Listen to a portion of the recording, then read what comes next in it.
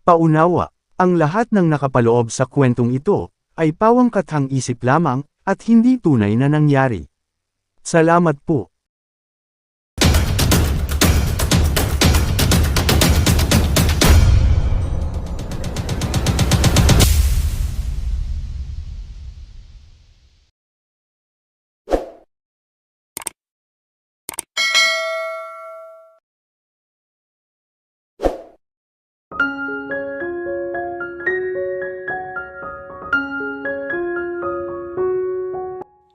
Biglang tumigil si Nathan sa kanyang ginagawa at halos ikamatay ko rin iyon dahil naramdaman kong may gusto akong ilabas at nakakaliti iyon sa aking puso na. Napakaliit mo, sabi nito habang nakatingin sa akin doon. Bukas na bukas ako para sa kanya at kinahihiya ko itong posisyon ko. Tinabunan ko ng kamay ang aking mukha. Halos napaurong ulit ako nang halikan niya ulit iyon na halos tumagal ng isang oras. Pilit niyang hinuhuli ang aking tingin at pilit rin akong umiiwas dahil nahihiya ako. Natatakot ako.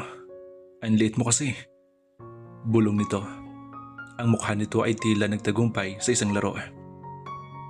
Kailangan mong masanay. Baka masaktan kita. Hindi pa naman ako magaling. Ngumisi siya at nanunuyang tinignan ako na sabog ang buhok at namumula.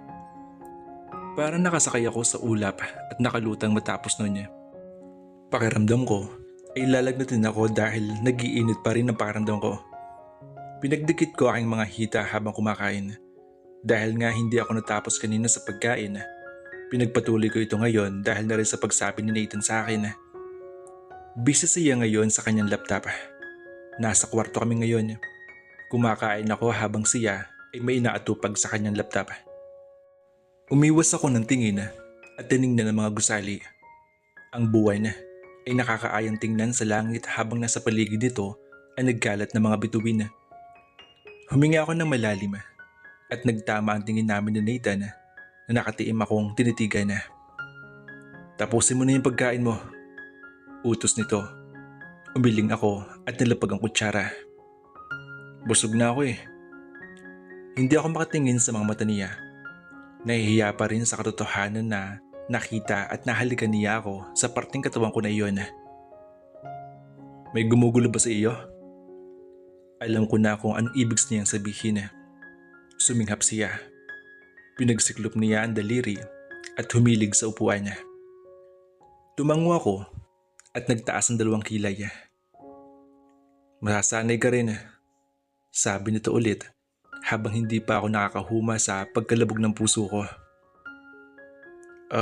Alam ko na nashock lang ako kanina. Mahinahan kong sabi. Pagbutihan mo yung pag-aaral mo ha. Susuportahan kita financially.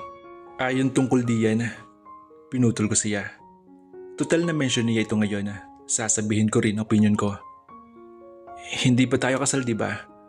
So, kargo pa rin ako ni Papa financially. Nakakahiya sa'yo lalo na't kay Mama at Papa mo. Dumilim ang tingin niya sa akin, kaya napalunok ako. Kumikita na ako, may trabaho na ako. Kung anong meron ako ngayon, dahil iyon sa pinaghirap at gusto ko. Ina-underestimate mo ba ako? Hindi naman. Umayos siya ng upo at nagtaas ng kilay sa akin. Mag-aral ka ng mabuti, ako nang bahala sa lahat. Sasabihin ko kay Tito ang plano ko para sa atin. At kapag ako nagtrabaho sa abroad, sasama ka. Ha? Ano? Suplado siyang bumunga ng hangin. Pwede ba Laura? Tigilan mo nga yung pagrarans mo. Inumin mo na yung milk mo. Sinulipan nito ang oras ng cellphone niya. Gabi na oh. Wala na naman ako nagawa sa mga gusto niya. I think, if lumaki na ako, pwede ko nang gawin ang gusto ko. Pwede ko nang sundin ang desisyon ko. Maybe not now dahil nag-aaral pa ako. Nakahiga na kami matapos ako maghintay sa kanya na matapos ang trabaho niya. Napakagwapo niya, napakahat niya habang suot-suot ang eyeglasses. Napapangiti na lang ako habang nakatungay sa kanya. Parang kailan lang, hanggang pictures lang ako sa kanya. Nakaw pa iyon pero ngayon, Nahawakan ko na siya at sobra pa. Ito na yata yung pinaka-luckiest year ko sa buong buhay ko. At I wish may masusunod pa. Noong gabing iyon, bago kami matulog, ay pinalasap niya uli sa akin ang halik na nakakapugtong hininga. Kahit buwan na kami magkasama, hindi pa rin ako sanay sa mga haplos niya sa hita ko. Nagsubok ring siyang hawakan ako sa pribadong parte ng katawan ko, pero napahinto ko siya sa aking pagmamakaawa at pinili niya na lang sunggaban at panggigilan ang aking leeg. Lumipas ang gabing iyon na payapa ang aking tulog. Bumangon ako na parang pagod at gulo ang aking buhok. Wala na siya sa tabi ko. Ang uniform ko ay ready na at nakalatag na sa harapan ng vanity mirror. Kahit na napaka-organte ni Nathan at napakasuplado, ini-spoil niya ako sa maraming bagay. Ibinibigay niya ang pangailangan ko at higit pa. Dahil nga baka nagluluto na siya sa ibaba, naligo na ako at nagbihis ng uniform. Ngayon, ang kaarawan ni Mirasol. Habang inaayos ko ang aking uniform, kinuha ko sa cabinet ang nakahanda kong gift para kay Mirasol. Ang paborito niyang necklace. Hindi ko na inabala sila Papa o si Nathan para dito. I spent my own savings for this. Nakarap na ito at may dedication pa. Ngayon ay 70 na siya habang ako ay sa katapusan pa. At 1 taon pa ulit at iyon ang inihintay ko, ang kasal namin ni Nathan. Handa na ako para pumasok at nakita ko si Nathan nasa kusina with his laptop again. Aga na yung nasa trabaho. Nakaligo na siya at bihis na para magtrabaho. Tinapunan niya ako ng tingin. Good morning. Nilapag ko ang bag sa silya at tumupo. Nakita ko si Yaya hawak ang ibang mga damit na lalabhan niya. Nandito pala today ang katulong para maglaban ng mga maduming damit. Tinawag ko siya. Yaya? Yes mama. Pwede po bang palitan ang detergent na ginamit nyo ngayon para sa paglalaba? Kasi parang sensitive po kasi ang balat ko dito eh. Tinuro ko ang leeg ko. Medyo nagka-allergy ako dito sa leeg. Hindi yata alam ng katulong ang sasabihin. Mama, yung pinakamahal na sabon na po ang ginamit ko mama. Bibili na lang po ako ng mas mahal pa. Hindi na, wag na lang po. Nagbago ang isip ko dahil baka hindi naman dahil sa sabon yun. Siguro kailangan ko na mag-shave. Napasinghap ako sa sinabi ni Nathan na nakatingin lang pala sa akin. Bakit naman? Napaka-sensitive ng skin mo. Sorry, naging mapusok ako kagabi. Sabi nito sa akin. Nasapo ko na lang noo at tumiwas nang marinig ang ubo ng aming yaya. Okay. Gumisi ito at biglang nagseryoso ulit sa harapan ng laptop. Nagpaalam ako kay Nathan na didiretso na ako kung saan idadaos ang birthday party ni Mirasol. Sa una, nag-aalinlangan ito pero nadala ko sa aking paglalambing. Si Papa naman ay hindi pa rin nakakabalik at nasa ibang bansa pa. I guess, tama lang na hindi ko pinangunahan ang mga nakita ko sa kanila noon ni Mirasol dahil wala na ako nakita pang pagtagpo nila. Baka may pinag-usapan na importanteng bagay lang. Pero bakit ni hindi iyon nasabi sa akin ni Papa o ni Mirasol? Napailing na lang ako. Ayokong isipin na yun. Kailangan kong mag-aral. Dapat yun ang pag-isipan ko mabuti.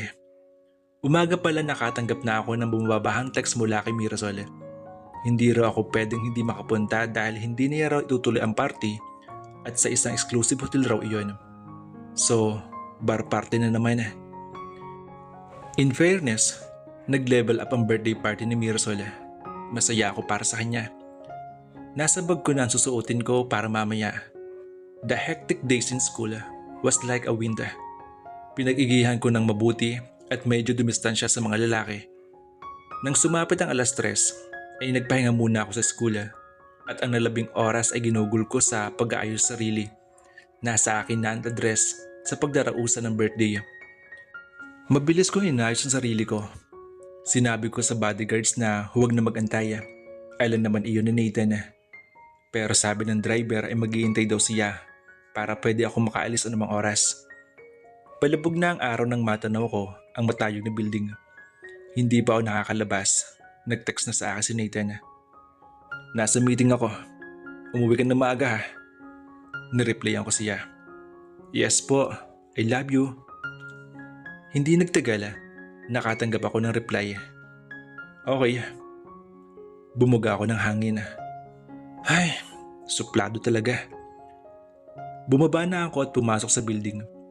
Nasa second floor lang iyon at madaling matuntun dahil malayo pa ay maingay na. I'm so stunned dahil ang daming tao. May mga nakakilala sa akin at bumati. Halos ng kalahating tao doon ay mga lasing na. Napalunok ako nung nakita ko si Mirasol na may kausap at katawa ng dalawang lalaki. Biglang nagtagpo ang tingin namin kaya tumili siya at tinakbo ako. Hay, mabuti naman nandito ka na. Kanina pa ako naghihintay sa'yo. Nagyakapan kami sa isa't isa. Oo nga pala, yung gift ko asa na? Ngumisi ako. Mamaya na. Ay, ang arte mo. Biro nito at niyakap ako ulit. Dahil nga necklace ito ay maliit lang ang hugis ng box at cash sa pouch ko. Gusto ko mamaya ko pa ibigay ito sa kanya. I'm sure na matutuwa siya. Hinila niya ako sa sopa at narinig ko mga electronic music blast. Naghiyawan ang mga nagsasayawan at binabati si Mirasol. Ang iba naman ay kinakantahan siya. Pinakilala ako ni Mirasol sa mga naroon at nabigla ako dahil nandito si Nico. Hi Gorg! Bati nito sa akin at nginitian ko lang pabalik. Okay, bago to Hindi ako sanay. Medyo wide and exposure. Hindi ko alam kung alam ba ito ng mga magulang ni Mirasol. Pinaupo niya ako sa dulo katabi ni Nico. Nagtawag siya ng babae at may kinuha silang inumin. Busy ako sa pagkakwentuhan at pagkasagot ng mga tanong na nasa harapan kong lalaki. By the way, ako nga pala si Paulo. Ikaw, ano pangalan mo? Nasabi ko na kanina, ako si Laura. Sabi ko sabay ngiti. Ngumiti ito. Sorry, hindi ko narinig Okay lang. Naglapag na si Mirasol ng inumin sa harapan ko. Nagulat ako dahil 10 shot glass iyon. Mirasol, hindi ko mauubos to. Nasapo ko pa ang dibdib. Tinungga niya ang shots niya at nagsalita. Nasa gilid ko siya at nakatayo. Oh no, birthday ko ngayon kaya ubusin mo yan. Walang KJ dito, di ba guys? Tumango ang karamihan at halos mahiya ako dahil sa akin sila makatingin. Nag-cheer sila sa akin kaya wala akong choice kundi kunin ang isa doon at lagukin. Hindi dapat ako umuwi na lasing. Patay ako nito. Naramdaman ko ang init ng likido sa aking lalamunan at sa aking tiyan. Ang sakit, ganito pala ang lasa. Konti pala nag-iinit na ako. Pinaypayan ko ang sarili ko. Guys, walang kukuha ng shots ng best friend ko Sa kanya lang to. Kumuha kayo ng inyo. Narinig kong sabi ni Mirasol.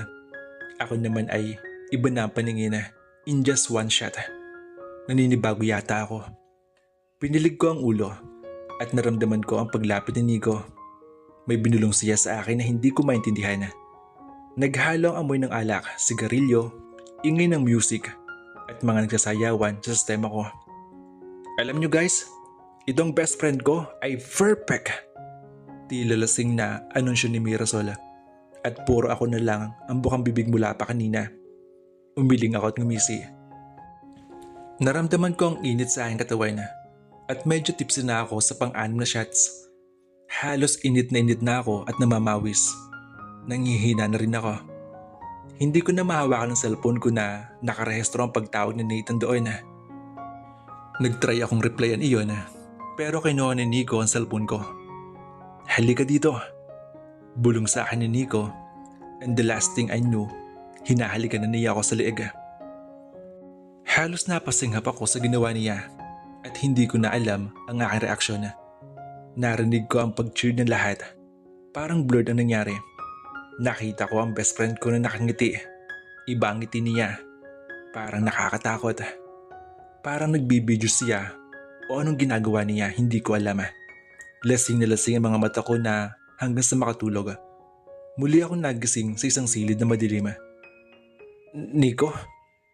Nakita ko ang damit ko na nasa sahig. Habang si Nico naman ay hinahalikan na aking labi.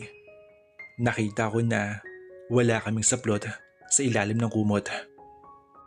Nanginginig ang kamay kong tinakpan na aking katawan ng kumot. Hubot-hubad ako. Hindi ako makahinga sa sobrang kaba at iyak. Hindi may paliwanag ang kaba na naramdaman ko. Ang naalala ko lang ay kung papaano ko tinanggap ang mga halik ni Nico at kung bakit ganun ang naramdaman ko sa oras na iyon. Bakit nagawa sa akin ni Nico iyon? Noon pa man ay nakakainom na ako at nakakapag-party. Pero hindi katulad ng ganito. Hindi ko alam kung ano ang mararamdaman ko kay Mirasol. Bakit niya ako hinayaan? Ang sitwasyon ko ngayon at ang nagkalat na mga damit ko sa sahig ang matibay na ebidensya kung ano man nangyari. Nanginginig ang kamay kong napahilamos at madaling sinuot ang aking damit. Parang binugbog ang aking katawan at parang lalagnatin ako. Muli akong naupo sa kama at may sariling isip ang aking kamay na may hinahanap doon at denial sa aking cellphone na tad text at miss call ni Nathan. Sorry. Oh my God. Sorry. Impit na iyak ko at tinatawagan ng taong kailanman ay hindi ko inaasahang hingan ko ng tulong. Gusto kong sumigaw at umiyak na malakas pero alam kong hindi iyon makakatulong sa akin ngayon. Ang tanging naramdaman ko ay takot sa mga maaaring gawin at sabihin sa akin ni Nathan. Hindi matagal ang pag-ring ng cellphone at may sumagot agad doon. Hello? Darla, kailangan ko ng tulong mo. Halos hindi ako mapagsalita dahil sa pag-iyak. Asan ka? Agad na tanong ni Darla, hindi pinag-isipan na sasabihin. Napapikit ako dahil sa sitwasyon ko ngayon ay may tutulong sa akin. Ibinigay ko ang address kay Darla. Nilinis ko ang sarili ko at lumabas sa hotel na iyon. Ang pinagdausan ng party kagabi ni Mirasol ay nalinis na. Walang bakas na kahit ano kagabi. Bawat hakbang ko halos gumuguho ang aking mundo. Masakit ang ulo ko at wala pang suklay nang lumabas ako sa hotel na iyon. Halos hindi ako makaangat ng tingin sa mga tao na nakakasalubong ko dahil sa aking pag-iyak. Nanginginig ang kamay kong itinext sa Darla kung nasaan na siya. Ilang sandali pa ay may mabilis na SUV ang huminto sa aking harapan. Bumukas ang pintuan ng sasakyan at niluwanan si Darla na ayos na ayos. Tinakbo ko ng distansya namin at niyakap siya. Tila nakakita nakakampi. Tulungan mo ako. Hindi ko alam ang gagawin ko. Hinila niya ako papasok sa kanilang sasakyan. Kahit sa loob ng sasakyan, hindi ako tumigil sa pag-iyak. Nilakbay ni Darla ang mga mata niya sa katawan ko. Alam ko ang nangyari. Seryosong sabi niya at huminga ng malalim. Nagsimulang umandar ang sasakyan. Lahat, kung ano man yung mga nangyari, nasa social media na. Duktong niya na ikinatigil ko sa pag-iyak. Seryoso niya akong tiningnan. Alam mo Laura, napaka-innocent mo. Hindi mo na alam kung sino totoo at hindi. Kaya kung bakit ayaw na ayaw ko sa'yo. Nakakainis ang kinusuntahan mo eh. Diretsong sabi niya sa akin. Total, umiiyak ka ngayon. Sasagarin ko na. Eto, tingnan mo. Binigay niya sa akin ang cellphone niya. Some page na hindi ko kilala. Ikinilik niya ang video. Ang video na maraming comments at shares mostly nag-trending yun. Nakita ko ang sarili na humihilig sa sopa at kahalikan si Nico at narinig ko ang pag-cheer ng lahat. Hindi ko nakita si Mirasol o baka siya ang may hawak ng camera. The next thing I saw was me and Nico making out under the sheets minus the clothes. Nasapo ko ang labi dahil sa kahiyan, takot at kaba dahil alam ko kung anong ginagawa namin iyon.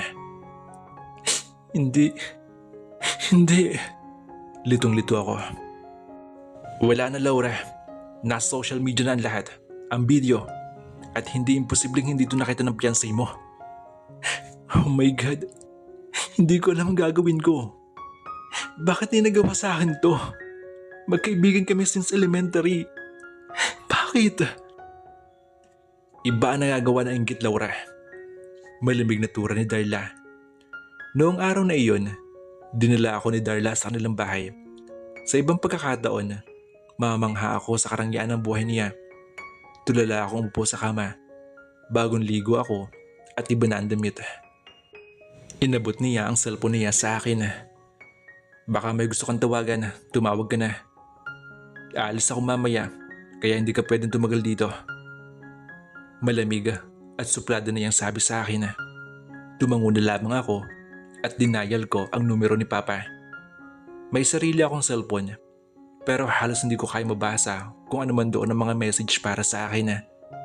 Sinagot agad ni Papa ang tawag at hindi pinag-isipan. Papa, nanubig agad ang mata ko.